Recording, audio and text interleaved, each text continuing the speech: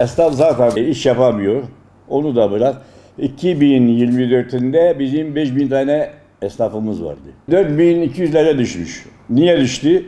Göçten dolayı, işsizlikten dolayı iş açıyor, iş yapamıyor, kapatıyor. Ondan sonra iş yerini değiştiriyor. Burada kalkıp Ankara, İstanbul, İzmir, Bursa gibi yerlere göç halinde. Onun için esnafımız gittikçe azalmakta. 5000 değil, 7000, 8000 olmasını istiyorum. Fakat olmuyor. Siirt'te olmuyor. İş sahası yok.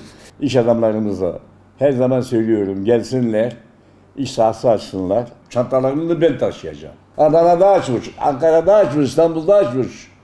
Bana ne? Gelsin memleketinde açsın. Siirt zenginleri var çok şükür. İş açmış dışarıda. Siirt'i bırakmış, tek etmiş, gitmiş. Bizim buradaki esnafımız hep zam istiyor. Bir de bunlara değinelim. Ama zam da böyle yerinde olsun. Şerefli olsun. Hakkımız neyse onu verelim. Çevrelerinde neyse bize de öyle olur. Olması lazım. Ama bazı bakıyorum. Kebap bir yerde, çaycı bir yerde zamlarımız almış başını gidiyor. Ekonomi gittikçe bana ne diyor adam? Ya mazottan haberin var mı? 55'e çıkmış. Sen gitmişsin, yazı yazmışsın, cama yapıştırmışsın. Saç sakal bu kadar. Olmaz ki öyle. Bu yazı kimin? Kimden aldın? Sen yazmışsın.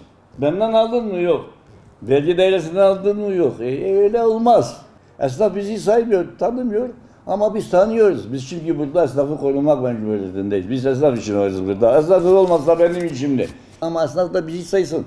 Vatandaş yazık günah. Jandarma alay komutanlarından da çıktım söyledim. Cumartesi, pazar bu elleri salın. Adam bana diyor ki güvence ver bana. Bir şey olursa sen mesulsün diyor. Bak. Bizim üniversitede bu kadar öğrencimiz var. Onlara söylüyorum salın gelsinler, birisi tarak alır, birisi tıraş olur, birisi gömlek alır. Biraz kaynama oluyor bizim şeyde, Siirt'te. O da yok. Ne çıkar? Böyle olduğumuz gibi kalıyoruz.